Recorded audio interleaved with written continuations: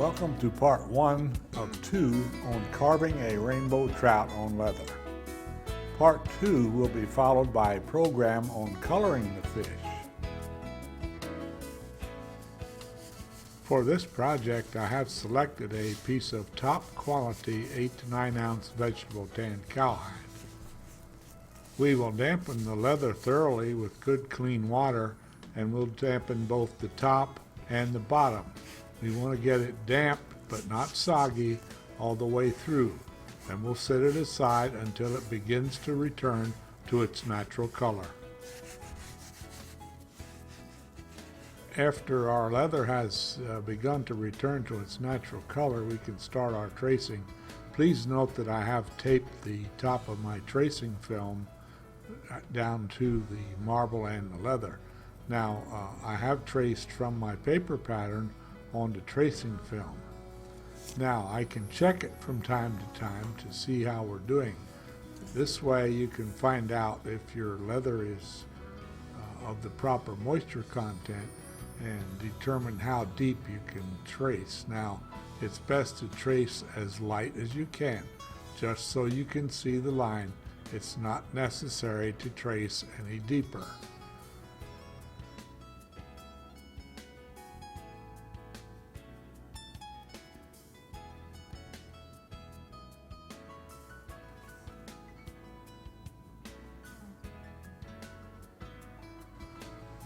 Trace all of the lines on your pattern as you see me doing here. Trace the solid lines as solid lines and trace the dotted lines as dotted lines. The dotted lines will be for beveling only, and the solid lines will be cut by the swivel knife.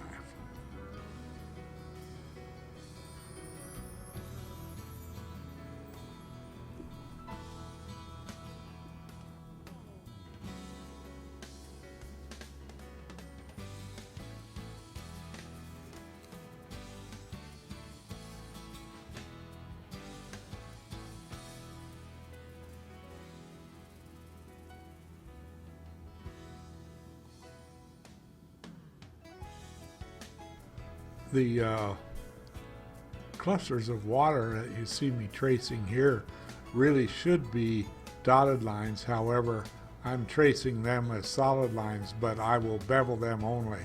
It's a lot faster to do it this way than to do dotted lines on all these parts of the water. When you're finished tracing, check to make sure you've got all your lines. I have selected a 3/8 inch swivel knife with a 1/4 inch ceramic blade that is angled. Now, even though it's a ceramic blade, we should strop it on a piece of cardboard, in this case with jeweler's rouge. Even though it's ceramic, you should still strop it. Carefully cut all of the solid lines with the swivel knife. It's important to cut them accurately, because if you're off the lines, then your fish will not look like it should look. So take your time and carefully cut all of the solid lines. After a while, if your knife begins to drag, please strop it again on your cardboard. It should glide smoothly through the leather.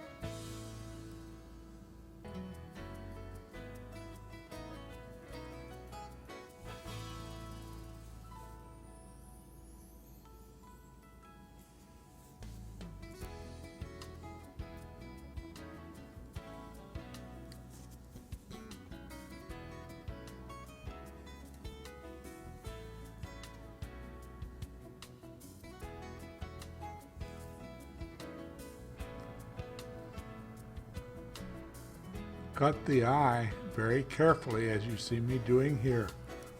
We need to get a complete and perfect circle for the eye. Here are the other tools we are going to use in this pattern. We're going to use 3 smooth figure carving bevelers.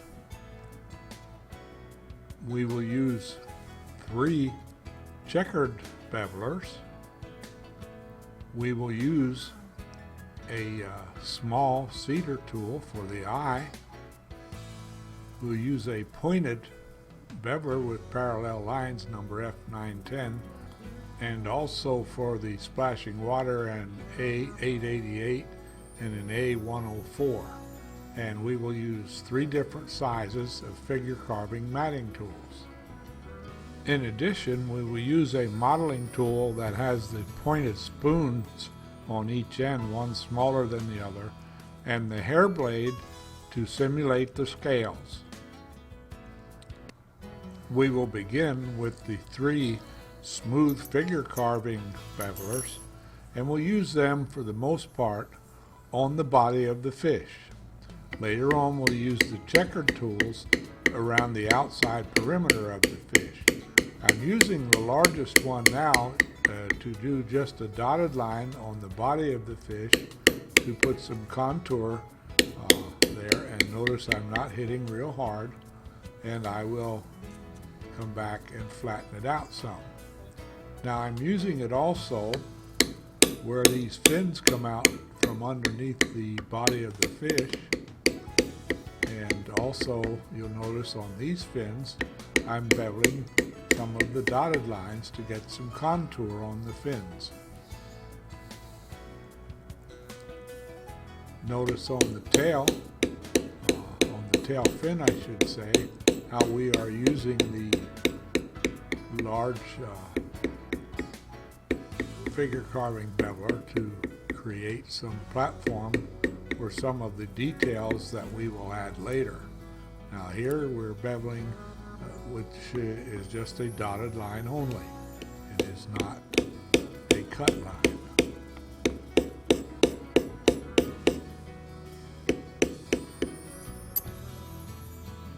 Notice how I use the largest tool now, tip it back, and slowly walk it away to level out and get rid of the halo, if that's what you want to call it, left by our original beveler.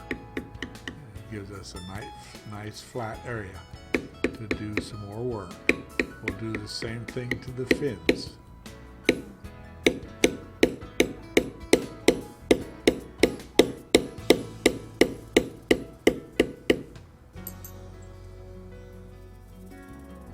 Notice how I have used the smaller beveler first, and I come back with the larger beveler to taper away and flatten out the fin.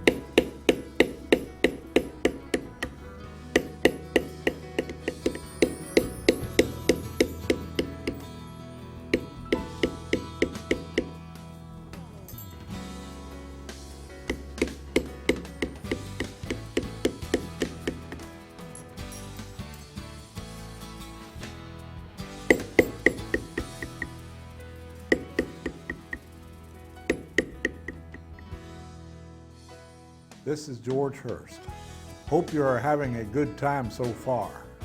Part 2 will show you how to finish carving the fish.